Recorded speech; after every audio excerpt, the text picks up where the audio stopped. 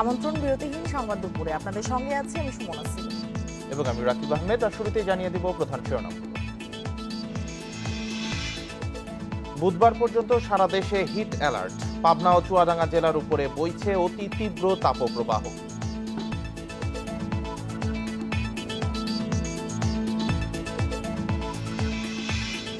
উষ্ণতা নিয়ন্ত্রণে উন্নত বিশ্বের প্রতি প্রধানমন্ত্রীর আহ্বান, তাপবৃদ্ধি 1.5 ডিগ্রির মধ্যে রাখার পরামর্শ।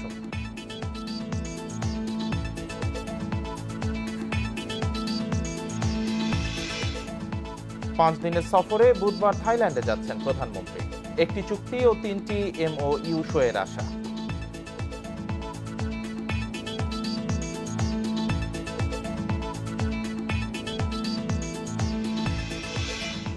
খালেদা জিয়ার বিরুদ্ধে হত্যা, রাষ্ট্রদ্রোহ সহ 11 মামলার শুনানি পিছিয়েছে 3 মাস, নতুন তারিখ 29 জুলাই।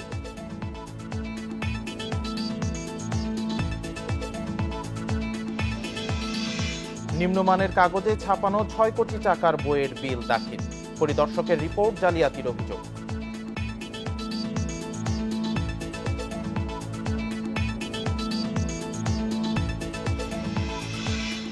শিরোনামের পর এবার বিস্তারিত। তাপপ্রবাহের কারণে বুধবার পর্যন্ত আবারও সারা দেশে হিট অ্যালার্ট জারি করেছে আবহাওয়া অধিদপ্তর। এদিকে পাবনা, চুয়াডাঙ্গা জেলার উপর দিয়ে অতি তীব্র তাপপ্রবাহ বয়ে যাচ্ছে। সকালে আবহাওয়া অধিদপ্তর সূত্রে এসব তথ্য জানা গেছে। এছাড়া রাজশাহী, টাঙ্গাইল, যশোর ও কুষ্টিয়ায় তীব্র তাপপ্রবাহ বয়ে যাচ্ছে। আর রাজধানী সহ চাঁদপুর, রাজশাহী ও খুলনা জেলায় মৃদু থেকে মাঝারি ধরনের তাপপ্রবাহ বয়ে যাচ্ছে। এছাড়া দিনের তাপমাত্রা সামান্য কমতে পারে, তবে রাতের তাপমাত্রা অপরিবর্তিত থাকবে। গত 24 ঘন্টায় সবচেয়ে বেশি তাপমাত্রা রেকর্ড হয় চুয়াডাঙ্গায় 42.2 ডিগ্রি সেলসিয়াস। সারা দেশে তাপপ্রবাহের কারণে জনজীবন বিপর্যস্ত হয়ে পড়েছে। দেশের অধিকাংশ জায়গাতেই মৃদু থেকে অতি তীব্র তাপপ্রবাহ এটি বয়ে চলেছে এবং এই ধারা আজকে কিছুটা কম থাকলেও আজকের পর থেকে অর্থাৎ আগামীকাল থেকে তাপপ্রবাহের এই ধারা অব্যাহত থাকতে পারে। আর আমরা এর মধ্যে এসব বিভাগসমূহে বিশেষ করে সারা দেশেই আমরা তাপপ্রবাহের যে অ্যালার্ট ইস্যু করেছি। আবহাওয়া পরিস্থিতি নিয়ে আরো জানাতে চুয়াডাঙ্গা ও পাবনা থেকে যুক্ত হচ্ছেন সহকর্মীরা। শুরুতে চুয়াডাঙ্গা থেকে যুক্ত হচ্ছেন সহকর্মী মানিক আকবর। মানিক, চুয়াডাঙ্গায় অতি তীব্র তাপপ্রবাহ বয়ে যাচ্ছে, জনস্বাস্থ্যের কি প্রভাব পড়ছে আর হিট অ্যালার্ট জারি রয়েছে, কি কি নির্দেশনা আছে এই গরম থেকে বাঁচতে?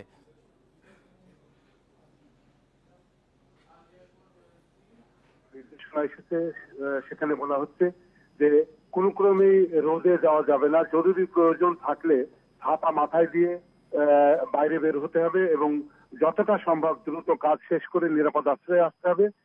ঠান্ডা জায়গায় থাকতে হবে, ঘরে থাকতে হবে এবং যদি কাউকে কোনো প্রয়োজনে বাইরে বের হতে হয় তাহলে একটি বিষয়ে সতর্ক থাকতে হবে, সেটা হচ্ছে বাইরের কোনো খাবার খাওয়া যাবে না, তাকে খেতে হবে ঘরের খাবার এবং টাটকা খাবার খেতে হবে, বাসি খাবার খাওয়া যাবে না। আর তরল জাতীয় খাবার বেশি খেতে হবে, পানি খেতে হবে, সেটাও হচ্ছে বাড়ির পানি, বাইরের যে শরবত ফুটপাতে বিক্রি হয় সেগুলো এড়িয়ে চলতে হবে। এই নির্দেশনার পাশাপাশি বলা হচ্ছে যে যদি কেউ কোনো কারণে অসুস্থ বোধ করেন দ্রুত চিকিৎসকের পরামর্শ নিতে হবে।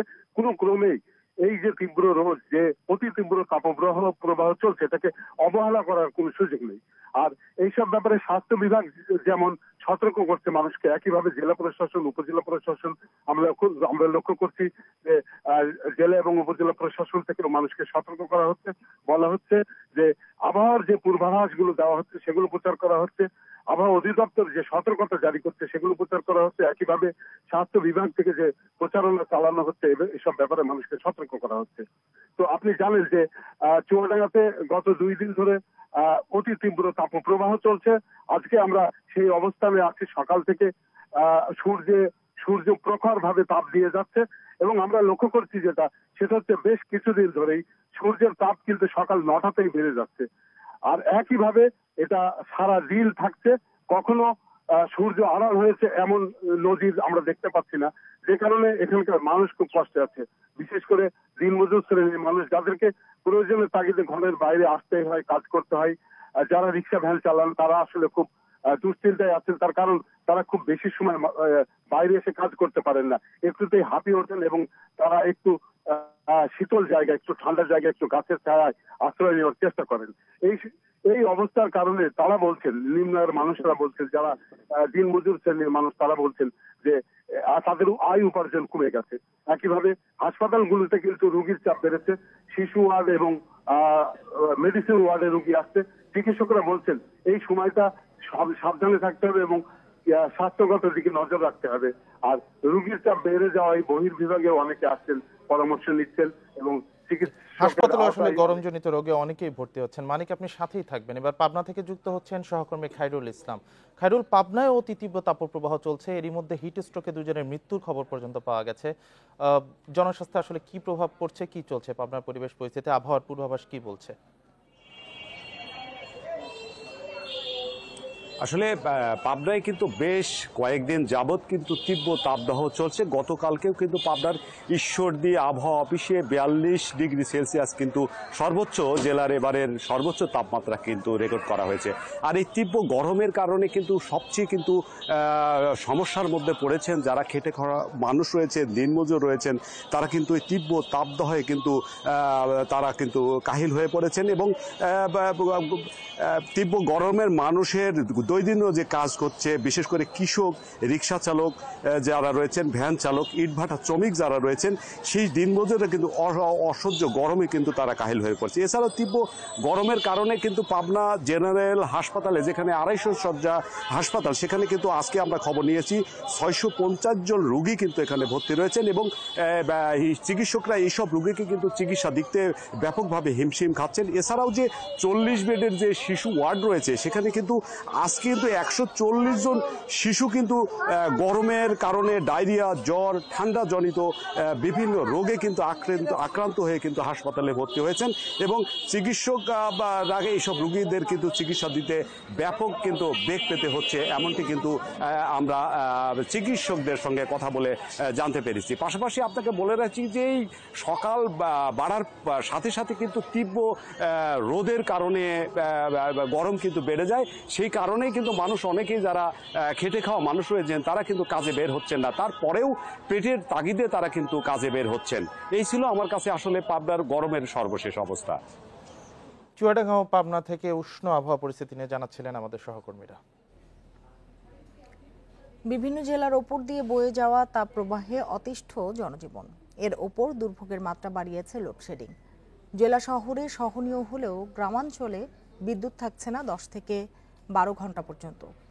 বিদ্যুৎ বিভাগ বলছে চাহিদার চেয়ে কম বিদ্যুৎ সরবরাহ থাকায় পরিস্থিতি সামাল দিতে হিমশিম খেতে হচ্ছে। বৈশাখের মাঝামাঝিতেও নেই বৃষ্টির দেখা। প্রখর রোদের দাপটে তাপমাত্রার পারদ ঊর্ধ্বমুখী। তার উপর লোডশেডিং বাড়িয়েছে দুর্ভোগের মাত্রা। গত 2 সপ্তাহ ধরে লক্ষ্মীপুরে 24 ঘন্টার মধ্যে 10 থেকে 12 ঘন্টাই থাকছে না বিদ্যুৎ। গরমে অস্বস্তির পাশাপাশি বিঘ্ন হচ্ছে ব্যবসা বাণিজ্য ও কলকারখানার উৎপাদন। কিছুক্ষণ পর পর 1 ঘন্টা দেয়, তো 2-3 ঘন্টা থাকে না। এটার কারণে হয় কি ফসলের ক্ষেত্রে ঠিকমতো পানি সরবরাহ দেওয়াটাই মুশকিল হয়ে যায়। বেশিরভাগই ইলেকট্রনিক জিনিসপত্র নষ্ট হয়ে যায়। গরমে চাহিদা বাড়লেও পারেনি বিদ্যুতের সরবরাহ। এতে বাধ্য হয়েই লোডশেডিং দিতে হচ্ছে বলে জানায় বিদ্যুৎ বিভাগ। 110 মেগাওয়াট বর্তমানে আমরা পাচ্ছি। ঈদের আগে আমরা যেটা পেয়েছিলাম 20 রোজার পরে কখনো 70 থেকে 80 মেগাওয়াট। বর্তমানে আমরা 190-100 এরকম পাচ্ছি। ফেনীতে লোডশেডিংয়ে অতিষ্ঠ গ্রামের মানুষ। দিনে গড়ে 12 ঘন্টাই বিদ্যুৎবিহীন কাটাতে হচ্ছে তাদের। রাত্রে এবং দিনে কোনো টাইমে আমাদের বিদ্যুৎ পাচ্ছি না। আমরা কোন পরিস্থিতি ফেলছে যে বিদ্যুৎ ছাড়া ঘুমানোর তো কোনো ওয়েই নেই। লোডশেডিং এর পরিমাণটা আরো কমানো যায়, এই বিষয়ে একটু ব্যবস্থা নেওয়ার জন্য আমি অনুরোধ জানাই। জেলার 6 উপজেলায় বিদ্যুতের চাহিদা 70 থেকে 72 মেগাওয়াট। সরবরাহ পাওয়া যাচ্ছে অর্ধেকের কম।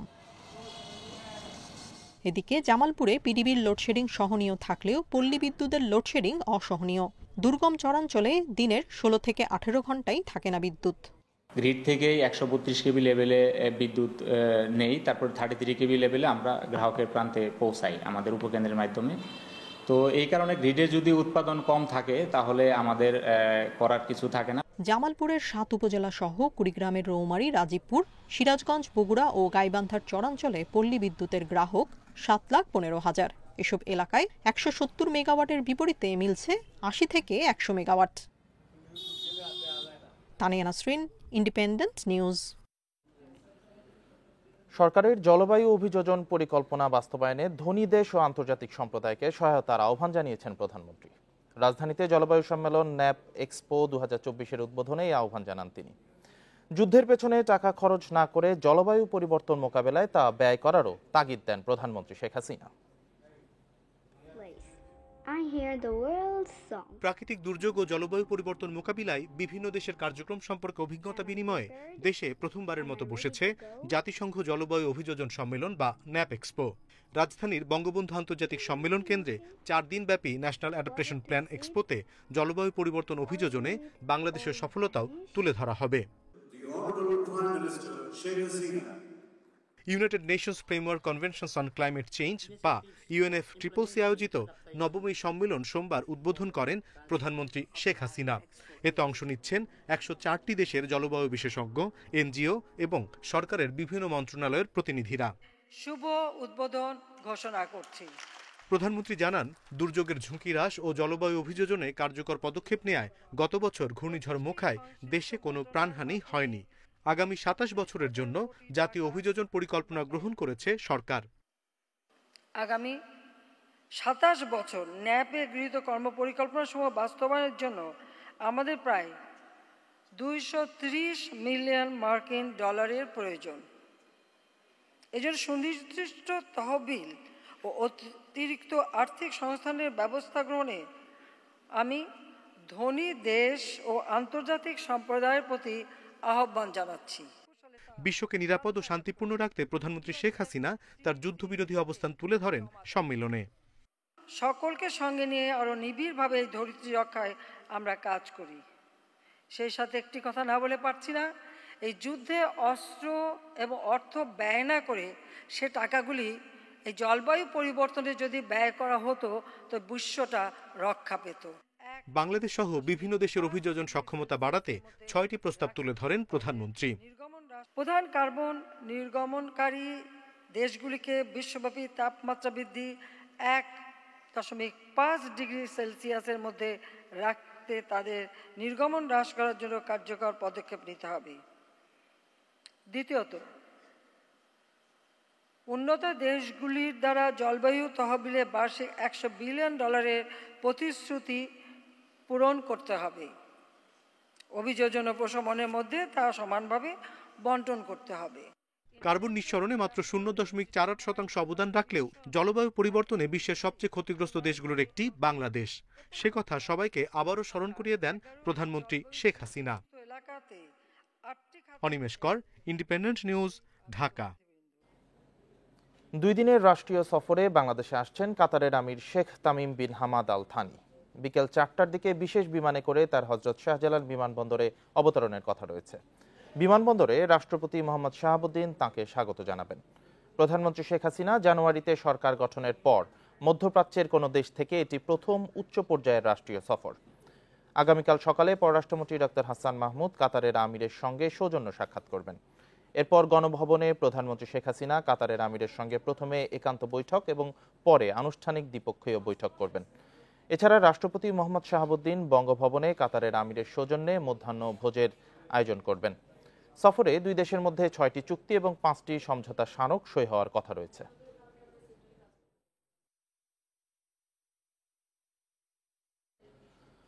5 দিনের রাষ্ট্রীয় সফরে আগামী বুধবার থাইল্যান্ডে যাচ্ছেন প্রধানমন্ত্রী শেখ হাসিনা।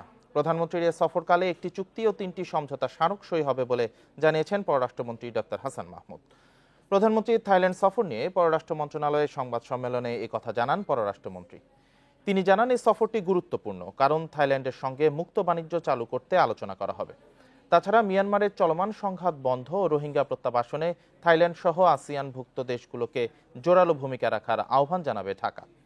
সংবাদ সম্মেলনে মিয়ানমার থেকে পালিয়ে আসা 285 বিজিপি সদস্যদের ফেরত পাঠাতে 25শে এপ্রিল তাদের দেশে পাঠানো হবে বলে জানান পররাষ্ট্রমন্ত্রী।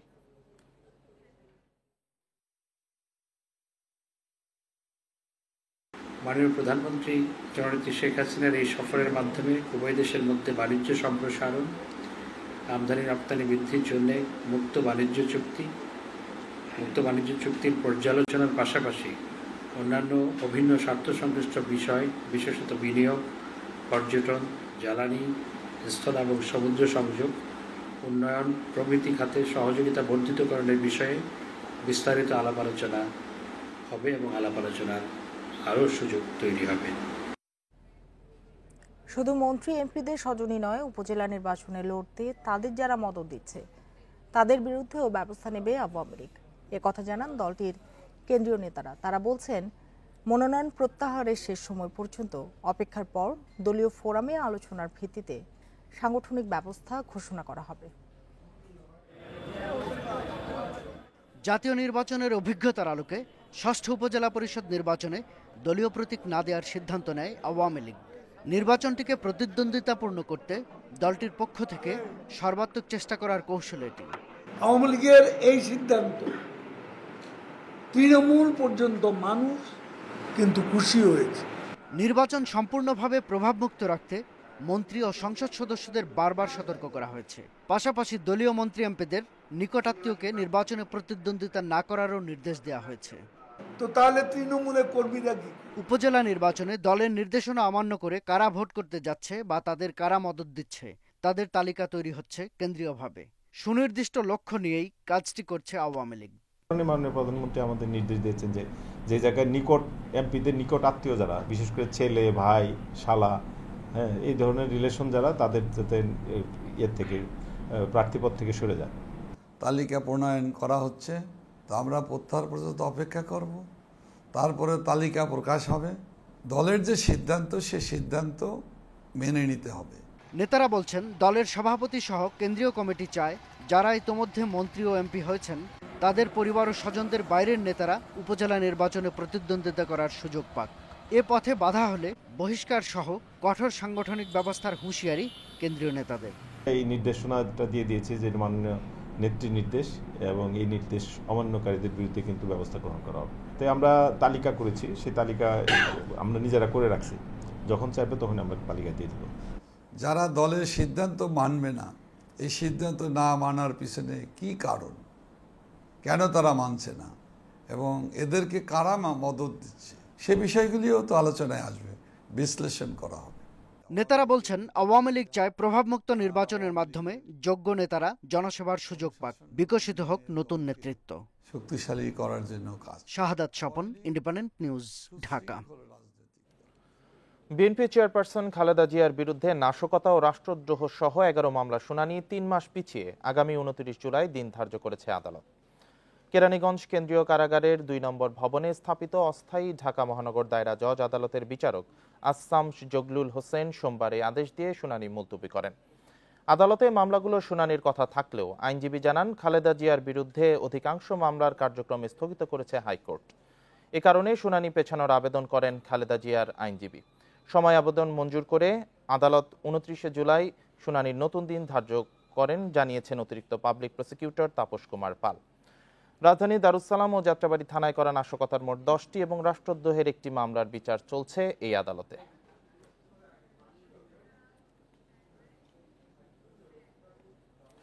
নাশকতা মামলার আসামি শিশু নুরির মা হাফসা আক্তারের জামিন স্থগিতই থাকছে। প্রধান বিচারপতি ওবায়দুল হাসানের নেতৃত্বাধীন আপিল বেঞ্চ এ আদেশ দিয়েছেন। ককটেল বিস্ফোরণের ঘটনায় হাফসা আক্তারের বিরুদ্ধে বিস্ফোরক আইনে মামলা করে পুলিশ। তবে পরিবারের দাবি, যুবদল নেতা আব্দুল হামিদকে বাসায় না পেয়ে তার স্ত্রী হাফসাকে তুলে নিয়ে মামলার আসামি করে পুলিশ। এরপর থেকে মায়ের মুক্তির দাবিতে মানববন্ধন করে আলোচনায় আসে শিশু নুরি। সোমবার শুনানির সময় আদালত নুরির বাবা আব্দুল হামিদ কোথায় জানতে চাইলে আইনজীবী জানান, তিনি এখনো পলাতক।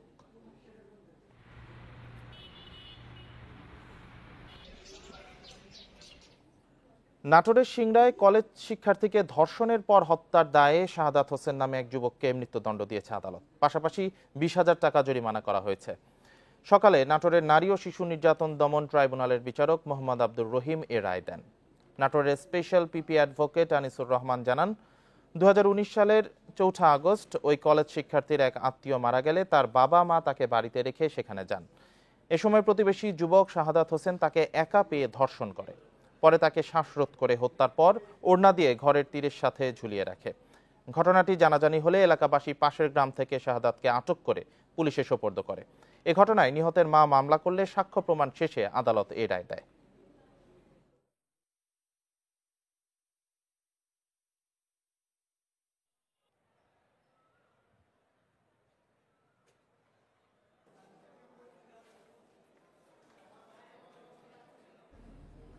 সিজারিয়ান করে সন্তান জন্মের একদিন পর জরায়ুতে রক্তক্ষরণ, আবারও অপারেশন করতে গিয়ে রোগীর মৃত্যু। স্বজনদের অভিযোগ, অপচিকিৎসার শিকার হয়েছেন 3 সন্তানের মা স্মৃতি। এ বিষয়ে কোনো কথা বলতে রাজি হয়নি হাসপাতাল কর্তৃপক্ষ। রাজধানীর গোলাপবাগের মনোয়ারা জেনারেল হাসপাতালে ঘটেছে এই ঘটনা। শুক্রবার রাজধানীর গোলাপবাগের মনোয়ারা জেনারেল হাসপাতালে ডাক্তার দেখাতে আসেন নারায়ণগঞ্জের বাসিন্দা মিসেস স্মৃতি। সিজারিয়ান করাতে হবে বলে ডাক্তার মনোয়ারা সুলতানার অধীনে ভর্তি করানো হয় তাকে। শনিবার রাত 10টার দিকে সিজারিয়ান অপারেশনে ছেলে সন্তানের জন্ম দেন স্মৃতি, কিন্তু বিপত্তি ঘটে রোববার বিকেলে। জরায়ুতে রক্তক্ষরণ হচ্ছে জানিয়ে আবারও অপারেশন থিয়েটারে নেন চিকিৎসকরা। সেখান থেকে আর ফেরেনি স্মৃতি। স্বজনদের অভিযোগ, হাসপাতালে সঠিক তত্ত্বাবধান হলে রোগীর মৃত্যু হতো না, ভুল চিকিৎসার কারণেই এ মৃত্যু। এটা সেলাই করে দিলে রক্তটা বন্ধ হয়ে যাবে, আর যদি বন্ধ না হয় তাহলে জরায়ু কাইটা ফালাই দিতে হইব, এটাতে কোনো সমস্যা নেই। কারণ আমি তো নিরুপায় ভাই। আজকে 5টা বাজে নিয়ে আরেক অপারেশন নিয়ে 2 ঘন্টা থেকে 3 ঘন্টা রাখা পরে কইতাছে আপনাদের রোগী মারা গেছে, তারপরে আর হসপিটালের কোনো লোক খুঁজে পাইতাছি না। যে ডাক্তার তিনি মনোয়ারা, উনি বৃদ্ধ হয়ে গেছেন, উনি তার মেয়ে এবং তার যে নার্স আছে, নার্সদের বলে দেয় যে এভাবে আপনারা করেন। উনি একপাশে বসে থাকেন, সেলাই হচ্ছে কি হচ্ছে না, ভুল হচ্ছে কিনা সে এগুলো আগে দেখে না। স্মৃতির মৃত্যুর পর পরিবারের সঙ্গে বাকবিতণ্ডা হয় হাসপাতাল কর্মীদের। এক পর্যায়ে সেখানে আসে যাত্রাবাড়ি থানার পুলিশ। পরিবার চাইলে মামলা নেওয়া হবে জানিয়েছে পুলিশ। ওটিতে নেওয়ার পরে ওনাকে অ্যানেস্থেসিয়া দেওয়া হয়, অ্যানেস্থেসিয়া দেওয়ার পরে নাকি ওনার কার্ডিয়াক অ্যারেস্ট হয়, এতে ওনার মৃত্যু হয়। এই সংক্রান্ত শুনে যখন মারা যায় ওনার আত্মীয় স্বজন উত্তেজিত হয়, হাসপাতালে শোরগোল হয়। এই সংবাদ পেয়ে আমরা আসি, এখন পরিস্থিতি স্বাভাবিক আছে এবং লাশ নিয়ে ওনারা চলে গেছেন। পরবর্তীতে ওনারা যদি কোনো আইনগত ব্যবস্থা নিতে চান ওনারা, আমরা পরবর্তী প্রয়োজনীয় ব্যবস্থা নিব। ভুল চিকিৎসায় মৃত্যুর অভিযোগের বিষয়ে কথা বলতে রাজি হয়নি হাসপাতাল কর্তৃপক্ষ। ময়নাতদন্তের জন্য স্মৃতির মরদেহ ঢাকা মেডিকেলে নেওয়া হয়েছে। বন ইবনে কামাল, ইন্ডিপেন্ডেন্ট নিউজ, ঢাকা। দুবাইয়ের হামরিয়া বন্দরের বহির্নোঙর থেকে আজ জেটিতে ভিড়বে এমভি আবদুল্লাহ। বাংলাদেশ সময় দুপুর 2টা নাগাদ জাহাজটি জেটিতে ভিড়বে বলে জানিয়েছে কর্তৃপক্ষ। এরপর শুরু হবে জাহাজ থেকে কয়লা খালাস কার্যক্রম। এর আগে সোমালিয়া জলদস্যুদের কবল থেকে মুক্ত হওয়ার 7 দিন পর জাহাজটি রোববার বিকেলে 4টায় দুবাই পৌঁছায়।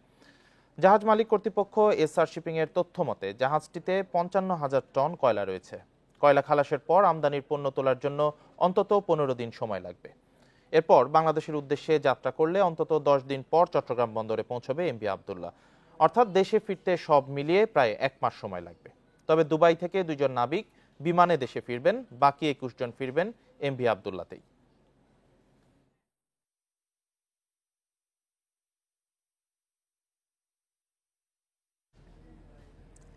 দেশে প্রথমবারের মতো ঢাকা, চট্টগ্রাম সহ বিভিন্ন রেল স্টেশনে বসানো হচ্ছে টিকিট ভেন্ডিং মেশিন। এতে সহজেই টিকিট কাটতে পারবেন যাত্রীরা। ফলে কাউন্টার বা অনলাইনে টিকিট কাটার বিড়ম্বনা থেকে মুক্তি পাবে। আগামী সপ্তাহ থেকেই আন্তনগর ও স্বল্প দূরত্বের যাত্রীরা ভেন্ডিং মেশিন থেকে কাটতে পারবেন টিকিট। বিশেষজ্ঞরা বলছেন, এমন যুগান্তকারী পদক্ষেপে কমবে যাত্রী হয়রানি। এখন ট্রেনের টিকিট কাটা যায় কাউন্টারে এবং অনলাইনে। এর মধ্যে অনলাইনে কাটার পর মূল টিকিট সংগ্রহ করতে হয় কাউন্টার থেকে। এতে দুর্ভোগে পড়তে হয় যাত্রীদের। এ ভোগান্তি কমাতে এবার রেল স্টেশনে চালু হচ্ছে স্বয়ংক্রিয় টিকিট ভেন্ডিং মেশিন। রেল কর্তৃপক্ষ জানিয়েছে, প্রাথমিকভাবে কমলাপুর রেল স্টেশনে 4টি, বিমানবন্দর স্টেশনে 2টি এবং চট্টগ্রামে 2টি সহ বেশ কয়েকটি প্ল্যাটফর্মে বসছে 15টি স্বয়ংক্রিয় টিকিট ভেন্ডিং মেশিন। আমাদের যে বর্তমানে যে টিকিট কম্পিউটারের মাধ্যমে যে টিকিট বিক্রয় ব্যবস্থাপনা, সেই বিক্রয় ব্যবস্থাপনা আমাদের যে চুক্তি, এটা চুক্তিরই অংশ। এর জন্য কোনো অতিরিক্ত কোনো আর্থিক ব্যয় হচ্ছে না। এই চুক্তিতে বলা আছে যে সারা বাংলাদেশে গুরুত্বপূর্ণ স্টেশনগুলোতে আমাদের টিকিট ভেন্ডিং মেশিন বসানো হবে। 15টা ভেন্ডিং মেশিন আমরা বসাবো গুরুত্বপূর্ণ স্টেশনগুলোতে। এই মেশিনের মাধ্যমে কয়েক মিনিটের মধ্যেই নির্দিষ্ট গন্তব্যের টিকিট কাটতে পারবেন যাত্রীরা। মেশিনে কোনো সমস্যা হলেই পাশেই থাকছে 10টি সার্ভিস বুথ। আপাতত মোবাইল ব্যাংকিং ও এটিএম কার্ড দিয়ে টিকিটের দাম পরিশোধ করা যাবে। কোন শ্রেণীর ক্লাসে কোন শ্রেণীতে টিকিট কাটবে, সেই টিকিট কাটার পরে তার মোবাইল নাম্বার দিবে, মোবাইলের একটা ওটিপি যাবে, ভেরিফাই হবে। সেই ওটিপি নাম্বারটা এখানে প্রেস করবে, দেন টাকা জমা দিবে, তারপরে তার টিকিটটা চলে আসবে। যোগাযোগ বিশেষজ্ঞরা বলছেন, এতে রেলের সেবার মান উন্নত হবে। তবে রেলের টিকিট সংগ্রহ ছাড়া অন্যান্য খাতে সেবার মান বাড়ানো জরুরি বলে মনে করেন তারা।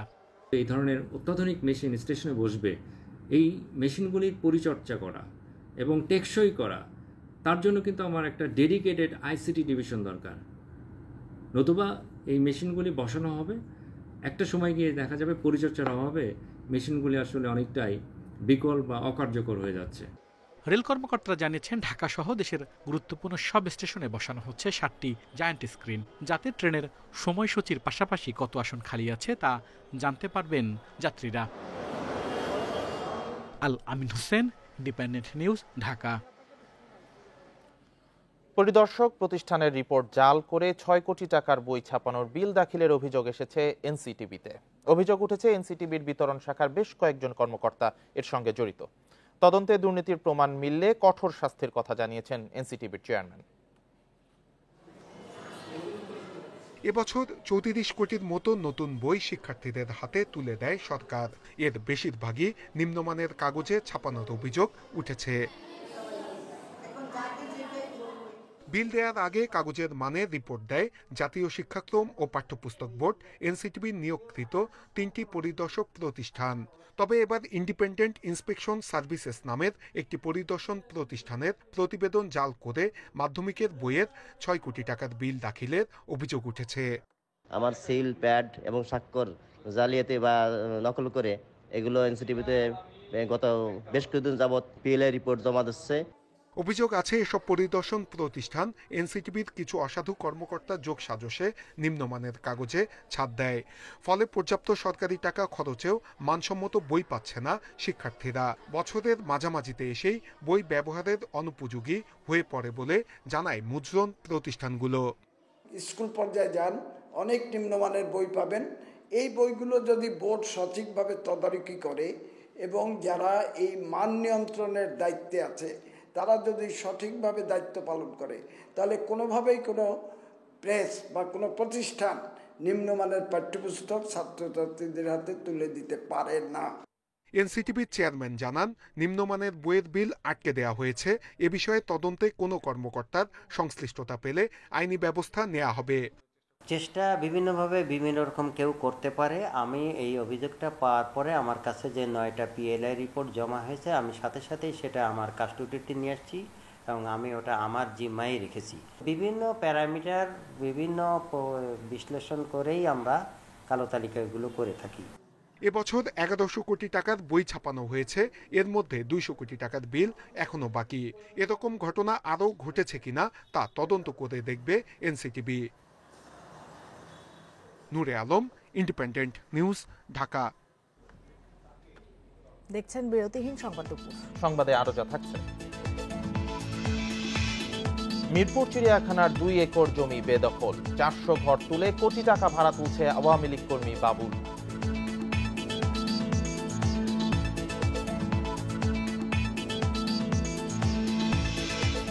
পাঁচ বছর মেয়াদের 9 কোটি টাকার পানির শোধনাগার 3 মাসেই অকেজো, দূষিত পানির ভোগান্তিতে নড়াইলবাসী।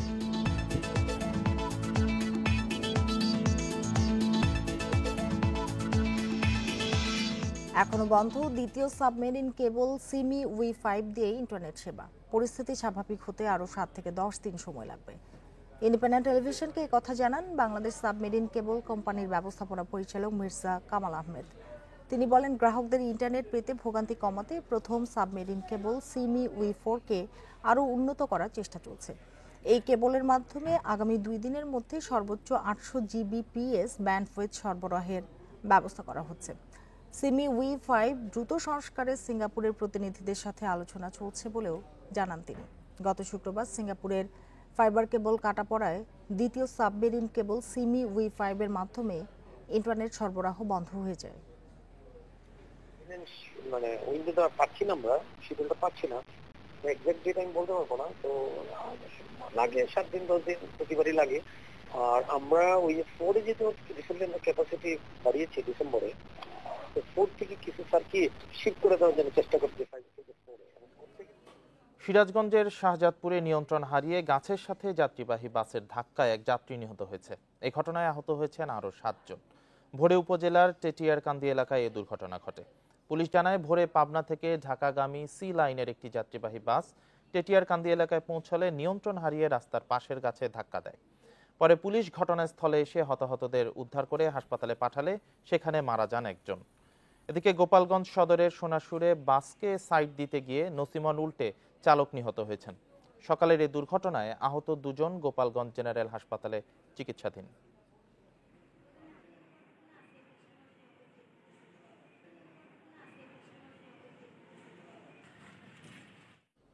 ফরিদপুরে বাস পিকআপ সংঘর্ষে 15 জন নিহতের ঘটনায় বাস চালককে গ্রেপ্তার করা হয়েছে। এদিকে চোখে ঘুম নিয়ে বাস চালানো, অতিরিক্ত গতি ও মহাসড়কে অটোরিকশার উপস্থিতিকে দায়ী করে তদন্ত প্রতিবেদন দিয়েছে কমিটি। সকালে এক সংবাদ সম্মেলনে র্যাব জানায়, তথ্য প্রযুক্তির সহায়তায় রোববার দুপুরে বাস চালক খোকন মিয়াকে চাঁদপুর থেকে আটক করা হয়েছে। জিজ্ঞাসাবাদে 2 দিন টানা বাস চালানোর কারণে অতিরিক্ত ক্লান্ত থাকার কথা জানান অভিযুক্ত চালক। এদিকে রাতে তদন্ত কমিটির দেয়া প্রতিবেদনে দুর্ঘটনার কারণ হিসেবে দীর্ঘক্ষণ গাড়ি চালানোকে দায়ী করা হয়েছে। এছাড়া মহাসড়কের লেন না মানা, অটোরিকশার দৌরাত্ম্য ও অতিরিক্ত গতিকেও দুর্ঘটনার কারণ হিসেবে উল্লেখ করা হয়েছে। 16 এপ্রিল ফরিদপুর খুলনা মহাসড়কের কানাইপুরের দিকনগরে এ দুর্ঘটনা ঘটে। জীবননগর থেকে বাসের ট্রিপ নিয়ে সে গাবতলী পৌঁছায়। রাত 3টার দিকে সে গাবতলী পৌঁছায়। 1 ঘন্টা সে খাওয়া দাওয়া করে রাত 3টা থেকে 4টা পর্যন্ত। 4টা থেকে সে আবার বাসের ট্রিপ নিয়ে এই দিকনগরের দিকে যাচ্ছিল। প্রতিমধ্যে এই ঘটনা ঘটে। গাড়ি চালাতে গেলে একটা সুস্থ মস্তিষ্কে একটা লোক কাজ করতে গেলে রেস্ট বা ঘুমের একটা প্রয়োজন আছে, কিন্তু সে কিন্তু রেস্টের সময়টা পায়নি। ব্রাহ্মণবাড়িয়ার কসবা সীমান্তে বিএসএফ এর গুলিতে এক বাংলাদেশি নিহত হয়েছেন। সকালে উপজেলার বাইক ইউনিয়নের পুটিয়া সীমান্তে এই ঘটনা ঘটে। স্থানীয়রা জানান, সকালে সীমান্ত এলাকার শূন্য রেখায় বিএসএফ এর গুলিতে গুরুতর আহত হন মোহাম্মদ হাসান। পরে তাকে উদ্ধার করে কসবা উপজেলা স্বাস্থ্য কমপ্লেক্সে আনা হয়। সেখানেই চিকিৎসাধীন অবস্থায় মৃত্যু হয় তার। নিহত মোহাম্মদ হাসান পেশায় পোশাক শ্রমিক ছিলেন বলে জানান বাইক ইউপি চেয়ারম্যান বিল্লাল মিয়া। ঘটনা তদন্তে কাজ চলছে বলে জানিয়েছে বিজিবি।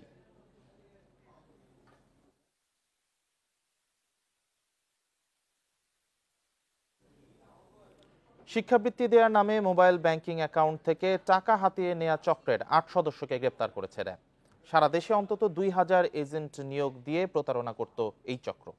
দুপুরে র্যাবের মিডিয়া সেন্টারে এক ব্রিফিংয়ে এসব তথ্য জানান র্যাব 5-এর অধিনায়ক মুনিম ফেরদৌস। সরকারি ওয়েবসাইট ও ডিসি অফিসের নোটিশ বোর্ড থেকে প্রাথমিক তথ্য সংগ্রহ করে বিভিন্ন জনকে ফোন করত চক্রের সদস্যরা।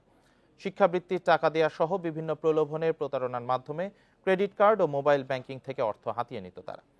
ঢাকা, গাজীপুর, নারায়ণগঞ্জ, জামালপুর, কুমিল্লা ও ফরিদপুরে অভিযান চালিয়ে মোট 8 জনকে গ্রেপ্তার করেছে র্যাব। প্রতারণার কাজে ব্যবহৃত 1800-র বেশি সিম জব্দ করা হয়েছে।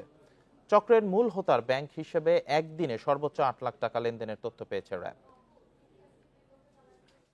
ওয়েলকাম এবং হ্যালো গ্রুপ তারা মূলত বিভিন্ন ওয়েবসাইট বা যে কোনো সরকারি স্থাপনা, সেখানে যে সকল নোটিশ দেওয়া থাকে সেখান থেকে তারা এই তথ্যগুলি সংগ্রহ করে। জাকির হোসেন আছে, তার 2 ছেলে মানিক এবং হীরা, এরা হচ্ছে মূলত এই ফোনগুলি দেয়।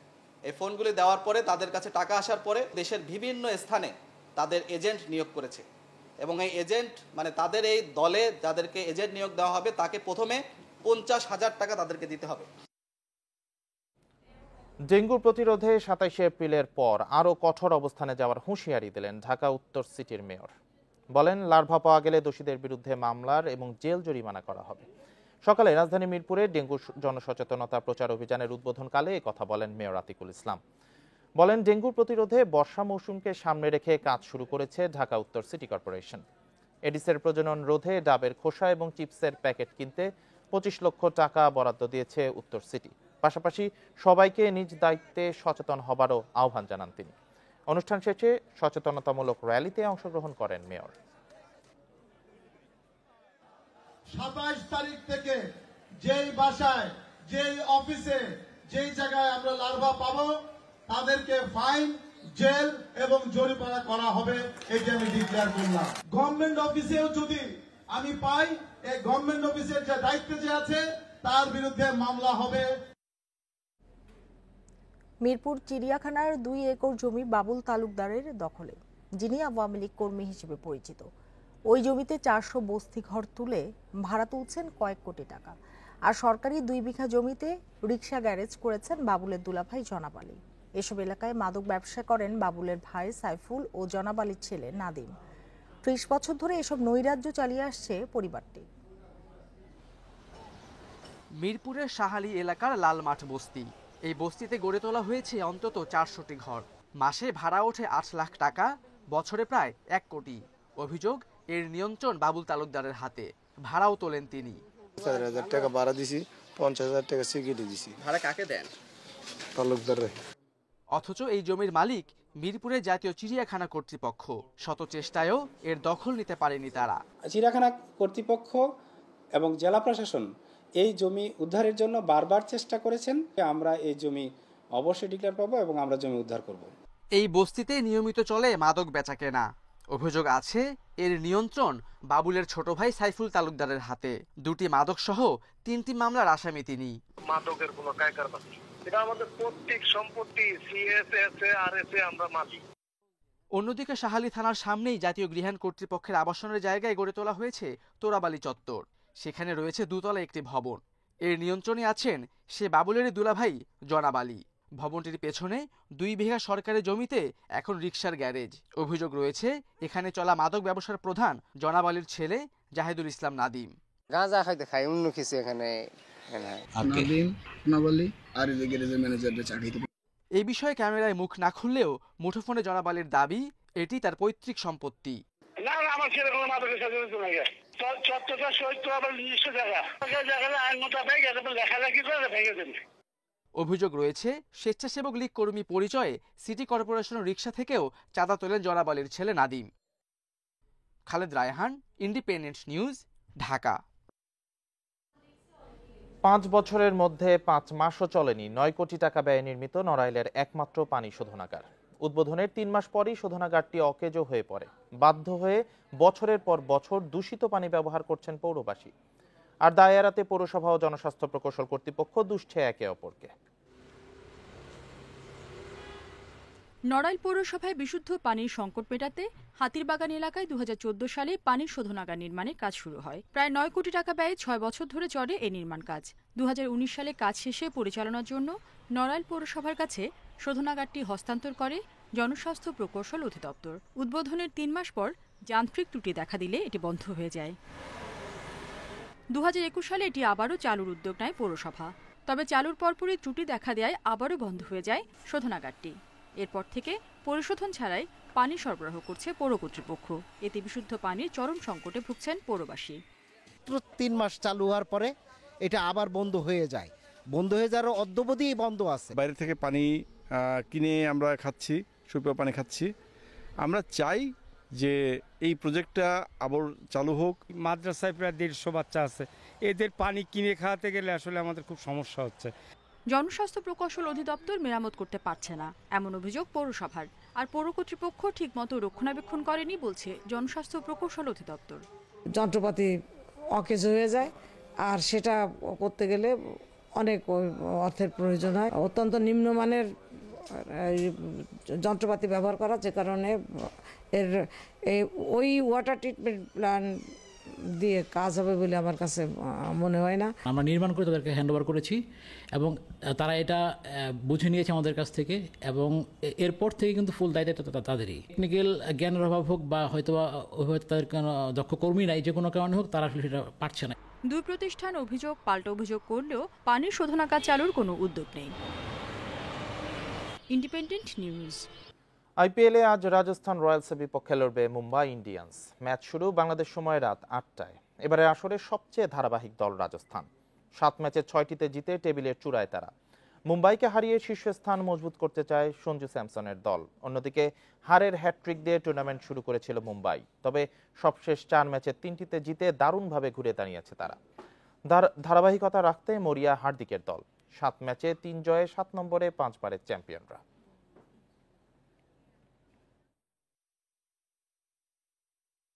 ক্রমাগত শিকার ও বনাঞ্চল উজাড় হওয়ায় বিলুপ্তির পথে পার্বত্য চট্টগ্রামের বিভিন্ন প্রজাতির বন্যপ্রাণী, হাতি, হরিণ, বনমোরগ, বানর, মথুরা সহ পাহাড়ে কয়েকটি বন্যপ্রাণী পড়েছে অস্তিত্বের সংকটে। আবাসস্থল রক্ষার পাশাপাশি বন্যপ্রাণীর শিকার বন্ধে আইনের কঠোর প্রয়োগের দাবি পরিবেশবাদীদের। সম্প্রতি খাগড়াছড়ির গহীন পাহাড়ে দেখা মিলেছে এই হাতির পালের। শিকারীদের দৌরাত্ম্য ও বন উজাড়ের কারণে এখন সচরাচর দেখা যায় না এমন দৃশ্য।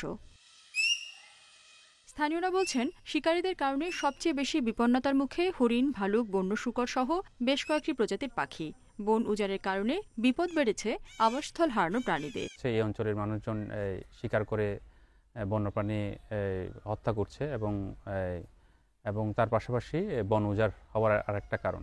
প্রাণীদের আবাসস্থল বিলুপ্ত হয়েছে। এছাড়াও কিছু প্রাণী আছে যাদেরকে মানুষ পোষে, তাদেরকে পাচার করে। গত 4 বছরে বিপন্নপ্রায় লজ্জাবতী বানর, গয়াল, বনবিড়াল, মায়া হরিণ, তক্ষক, হিলময়না সহ 31 প্রজাতির বন্যপ্রাণী উদ্ধার ও অবমুক্ত করেছে জেলা বন বিভাগ। বন্যপ্রাণী শিকার বন্ধে আইনের কঠোর প্রয়োগের দাবি পরিবেশবাদীদের। আইনটাকে আরো শক্ত করা দরকার এবং তার প্রয়োগ প্রচণ্ড জরুরি। এখানে আমি বলবো যে আমাদের প্রশাসন, বিশেষ করে বন বিভাগকে এবং ওয়াইল্ড লাইফ যে ক্রাইম ইউনিট বা যে ওয়াইল্ড লাইফ বন বিভাগের যে ওয়াইল্ড লাইফ ডিপার্টমেন্ট, তাদের অনেক বড় দায়িত্ব আছে। এদিকে বন বিভাগ বলছে প্রাণী শিকার বন্ধে আইন প্রয়োগের পাশাপাশি সচেতনতা বাড়ানোর উদ্যোগ নেওয়া হয়েছে। এখানকার স্থানীয় যারা জনসাধারণ, তাদেরকে কনভিন্স করার জন্য এদেরও বেঁচে থাকার অধিকার আছে, এদেরকে আমরা বাঁচতে দিতে হবে। আমাদের ভবিষ্যৎ প্রজন্ম যেন এসব বন্যপ্রাণী দেখতে পায়। আইন অনুযায়ী বন্যপ্রাণী শিকার করলে 50,000 টাকা জরিমানা ও 1 বছরের কারাদণ্ডের বিধান রয়েছে। Independent news. এই ছিল এখনকার সংবাদ। ইন্ডিপেন্ডেন্ট টেলিভিশনের সব খবর আরো বিস্তারিত জানতে চোখ রাখুন ফেসবুক, ইউটিউব, এক্স। এতক্ষণ সাথে থাকার জন্য ধন্যবাদ সবাইকে।